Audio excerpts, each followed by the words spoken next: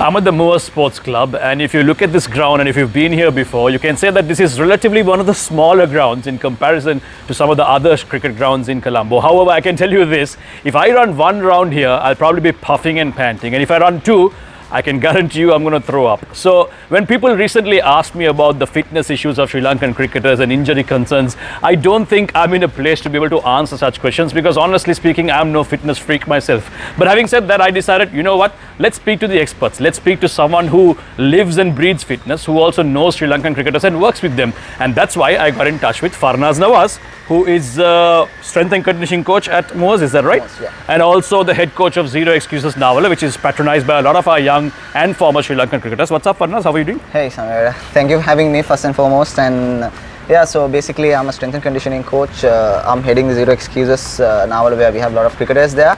And also I'm the strength and conditioning coach for Moors Sports Club. Yeah, great to have you here on Cricketology. Farnaz, you see, we went to South Africa, first test was a disaster, not because so much we lost, but because there were so many injuries, lots of questions being asked. There is this criticism that Sri Lankan players had to take suddenly that, when you look at their social media, they're always on the gym, it seems like they're really working on their fitness, they've got these routines going. But, come game time, suddenly you see them falling apart and breaking down.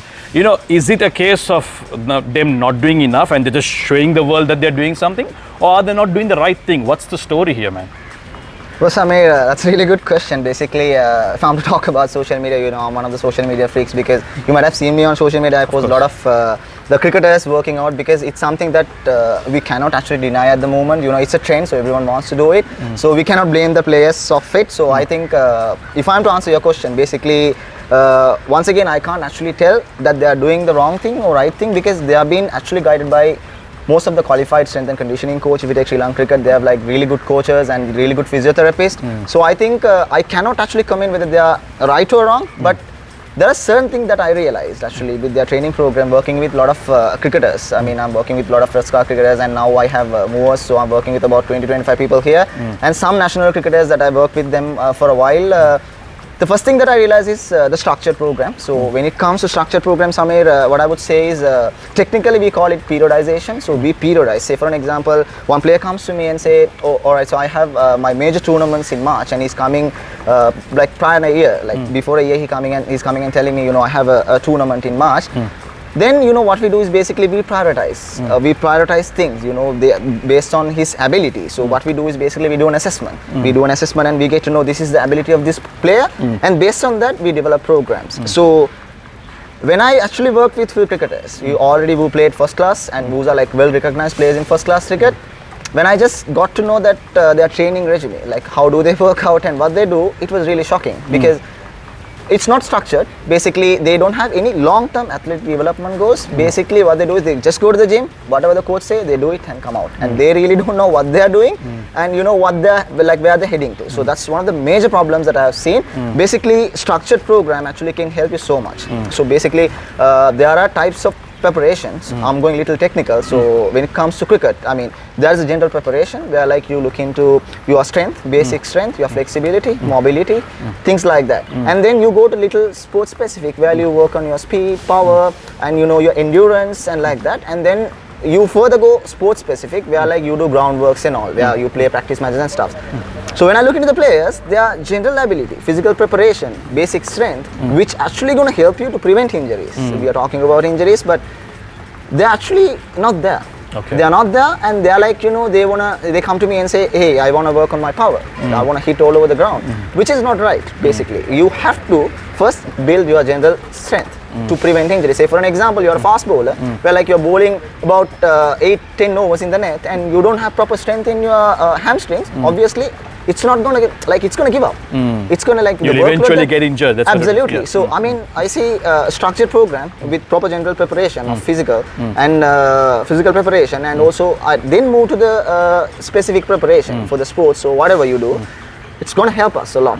Periodization and structured program can help players in many ways preventing injuries and be at their best in terms of their performance. Another thing actually I see is, once again, I actually touched on this point in the first thing I told, the priorities. They don't get the priorities right. So for an example, you can be at international level, but when you come to the gym, you can be a beginner. True. So basically you come to the gym, if you are a beginner, you have to do your beginner's work. By looking at other players who are like really elite level athletes, you see Virat Kohli, you see Faf du Plessis, you know, they do some fancy stuffs. They actually have built, they have actually gone to that place. They have actually did the basic right and gone to that place. So just by looking at them, you can't do what they are doing. So basically you have to understand, this is my priority. So as a strength and conditioning coach, what we do is we do some assessments. So we ask them to squat, we ask them to do some flexible tests, and we do certain assessments to understand the players first. And then based on that, we develop programs. So I think that's a major issue I see, because you can't actually do those advanced lifts when you don't have proper base, the foundation. So the foundation is very important. That's you need to prioritize your goals. First you build your general strength, and then go to the power, speed, and other fitness qualities like that, endurance, power, speed, and all. So just to get this clear, I assume that once the player comes into the national setup, they are given these structured programs. But what you're saying is it's a more deep-rooted problem from the beginning. So I assume there needs to be a bit of work done on the more school and grassroots level. What can authorities that are involved in school cricket do? Because I assume there's not much thought put into that when cricketers are at their school level, at a very younger level. There's not much thought put into their fitness levels or injury prevention and those kind of things. What would you say to young budding school cricketers about getting into the game with your 100% fitness and not getting injured to get in and out all the time, because which can be very frustrating, and that can in turn lead to some very negative performances? Actually, that's a really good point that you raised, Samir. I really love it, because I'm someone who actually more focused there than the national level, because national level has all their sets to correct themselves, but when it comes to school cricket and even the first class cricket, they are not in proper way to get fit. So I mean, if you see school level cricket, I mean, except few good schools, like you can name few schools, others don't have strength and conditioning coach. They just have their head coach who just do their skills. So, but if you see, like I was going through some statistics from Australian cricket.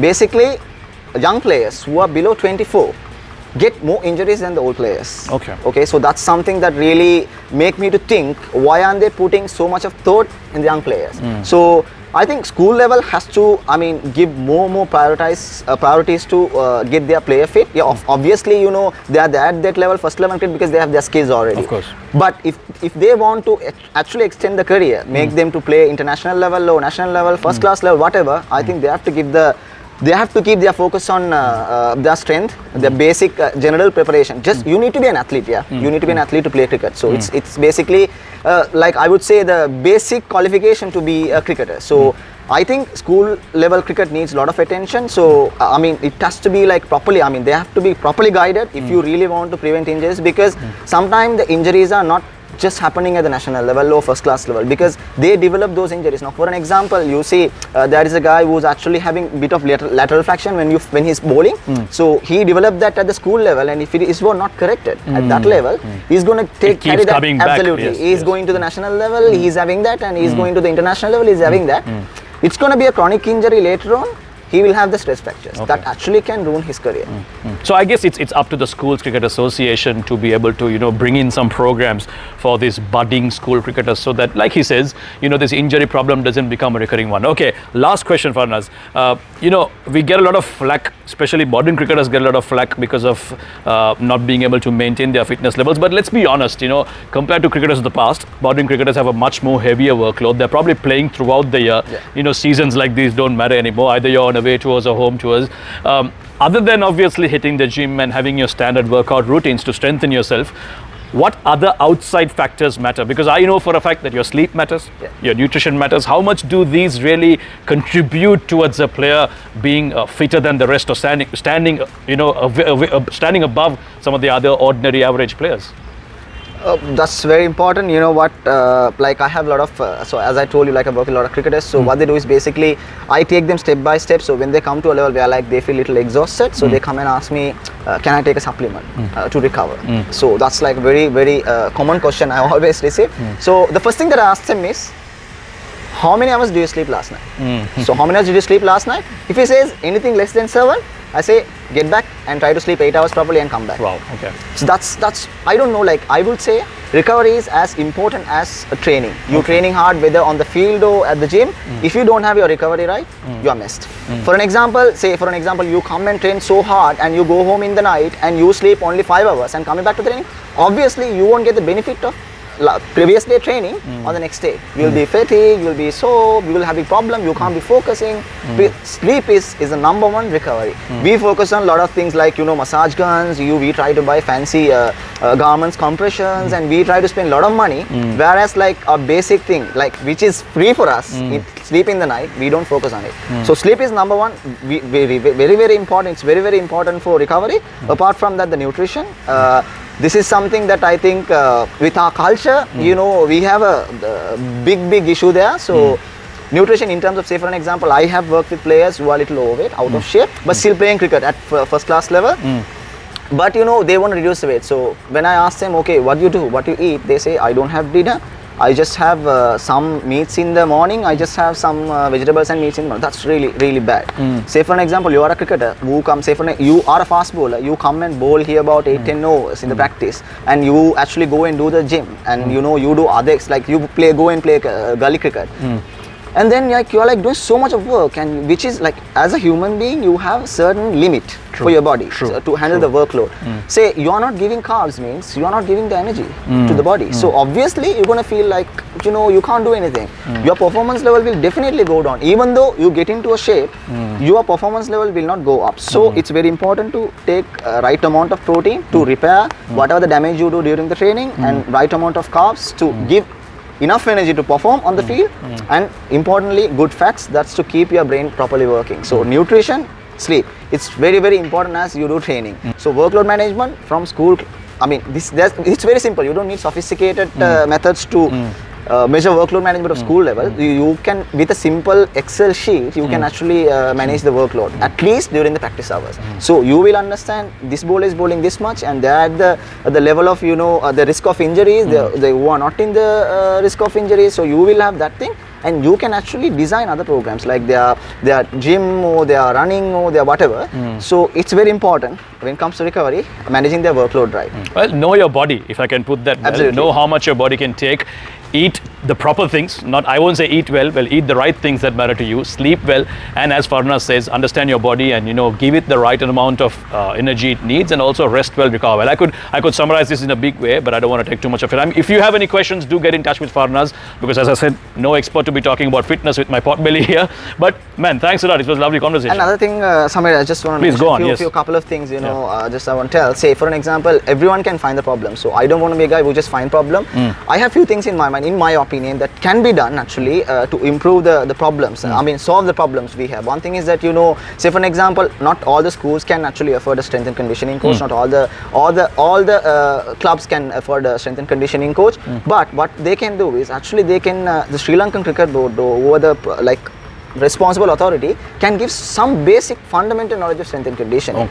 Irrespective of the knowledge, the language barriers, this has to be taught to all the head coach, at least at school level and first class level, so that they have the basic knowledge. They will have the basic knowledge of workload, so the coach will know how much his player can bowl in the nets, or he will know how much he can handle in the gym. So that is very, very important. I see, even the players, if possible, players also has to be taught the fundamental of strength and conditioning, because I meet a lot of players, they think the more you do on the field, you work out 7 days, you will be better. No, you are not.